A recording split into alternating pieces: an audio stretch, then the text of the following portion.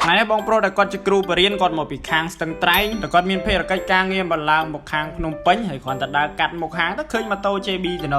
từ nong sát có sát ăn cả châu mà xô bom miên là mấy tình mà tàu tục chơi tụt spray côn này sọc với nhau hay còn coi chui riệp chom là mấy đại tụt khai đại con toแต่มาđâu hay tôi giang mà tàu mà đã con thua ca yếu ní cái chuyện mà đã ông phái ấy đi bong bồn squad sạp ấy cái chuyện tụ ấy bà dương bị sát bọp ca chụp níแต่มาđâuแต่มาđây ní mình cầm lăng mà tơ rồi tao đó buôn rồi quát xạ thằng mà penh chỉ chừng ngày ba rồi tao đó 85 kg chỉ muốn là buôn 60 km ក្នុងមួយម៉ោងហើយឃើញតូចតែមានអញ្ចឹងទេតែមានក្លុបធំទូលាយប្រើប្រាស់ជាមួយនឹងប្រព័ន្ធតេឡេដែលបងប្អូនអាចធ្វើការបញ្ជាពីចង្ងាយក៏ដូចជាប្រើប្រាស់សោបានធម្មតាផងដែរប៉ុន្តែពេលលើនេះក៏មានប្រព័ន្ធសុវត្ថិភាពការពារពីការលួចមានប្រព័ន្ធការពារជំរាបទឹកដែលបងប្អូនអាចធ្វើការជីកាត់ទឹកបានធម្មតាទិញទៅហើយខែភ្លៀងអញ្ចឹងអត់ហ៊ានជីកាត់ភ្លៀងអត់ហ៊ានអីទៅនិយាយថាអត់អីទេណាម៉ូតូយើងអាចជីកាត់ភ្លៀងកាត់អីបានធម្មតាហ្នឹងទឹកក៏បានដូចគ្នាអញ្ចឹងសម្រាប់ព័ត៌មានបន្ថែមសម្រាប់បងប្អូនដែលចង់បានយានជំនិះដែលល្អដែលកាត់បន្ថយការចំណាយខ្ពស់បងប្អូនអាចសាកមកប្រើប្រាស់ជាមួយនឹងម៉ូតូ Kizuni របស់ JB យើងបានសម្រាប់ព័ត៌មានបន្ថែមបងប្អូនអាចធ្វើការតាក់ទងតាមលេខទូរស័ព្ទដែលយើងបង្ហាញលើក្រោមឬក៏បងប្អូនឆាតមកកាន់ page JB ម៉ូតូ Kizuni របស់យើងផ្ទាល់តែម្ដងក៏បានឬក៏បងប្អូនអាចធ្វើការមកមើលនៅក្រុមហ៊ុនរបស់យើងផ្ទាល់តែម្ដងក៏បានដែលស្ថិតនៅលើផ្លូវ